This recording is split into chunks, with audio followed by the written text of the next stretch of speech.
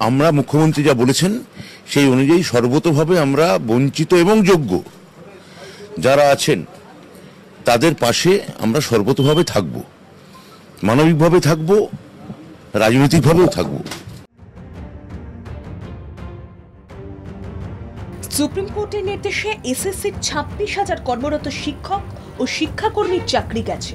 প্রধান বিচারপতি সঞ্জীব খান্নার ডিভিশন বেঞ্চের নির্দেশে চাকরি হারিয়েছেন বাংলার কর্মরত মানুষরা। এর ফলে প্রশ্ন উঠতে শুরু করে, চাকরি হারা মানুষরা যাবেন কোথায়? তাদের সংসার চলবে কিভাবে? শিক্ষক হিসেবে সম্মান মেলার পর তারা এবার কিভাবে জীবন কাটাবেন? অনিশ্চয়তার গভীরে চলে যাওয়া সেই সব চাকরি প্রার্থীদের পাশে থাকার কথা দিয়েছেন মুখ্যমন্ত্রী মমতা বন্দ্যোপাধ্যায়।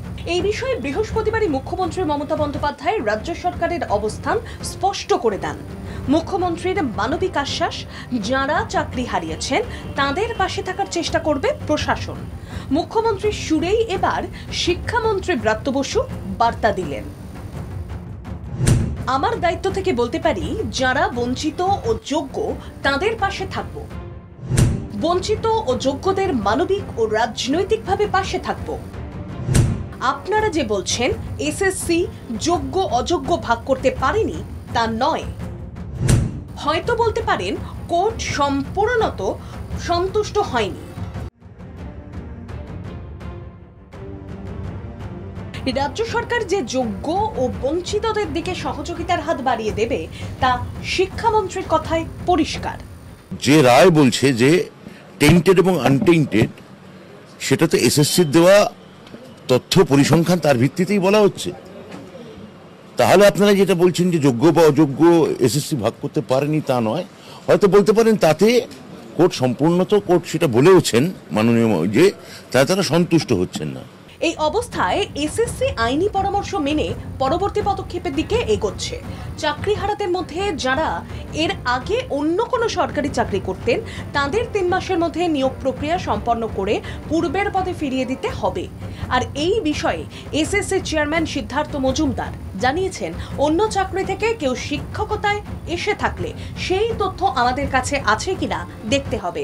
যিনি চাকরিরত এটা তার পক্ষে জানা সম্ভব, তিনি পুরনো চাকরিতে ফিরে যাওয়ার আবেদন করতে পারবেন। প্রয়োজনে অতিরিক্ত পদ তৈরি করা যেতে পারে। কোন স্কুল থেকে যদি আমাদের এখানে আসেন, হয়তো সেই তথ্য আমাদের কাছে থাকবে, একটা সরকারি স্কুল থেকে এসছে। কিন্তু যদি অন্য কোনো সরকারি প্রতিষ্ঠান থেকে কেউ আসেন, হতে পারে সেই তথ্য আমাদের কাছে নেই। 3 মাসের মধ্যে তিনি ফেরত যাবেন এবং প্রয়োজনে সুপারনিউমারি পোস্টও ক্রিয়েট করতে হতে পারে, এটাও রায়ের মধ্যে উল্লেখ করা। সিদ্ধার্থ মজুমদার জানিয়েছেন, সুপ্রিম কোর্টের নির্দেশ মেনে যারা আইনের চোখে দোষী নন তাদের জন্য নিয়োগ প্রক্রিয়ায় কিছু ছাড় দেওয়া হবে। অর্থাৎ বয়সের ক্ষেত্রে খানিকটা ছাড় মিলবে। তবে 3 মাসের মধ্যে নিয়োগ প্রক্রিয়া যে সম্ভব নয় তা স্পষ্ট করেন তিনি। সুপ্রিম কোর্টের নির্দেশ, এই বিষয়ে আগামী দিনে এসএসসি কি করবে তা আইনি পরামর্শের পরই ঠিক হবে। ব্যুরো রিপোর্ট, বাংলা জাগো।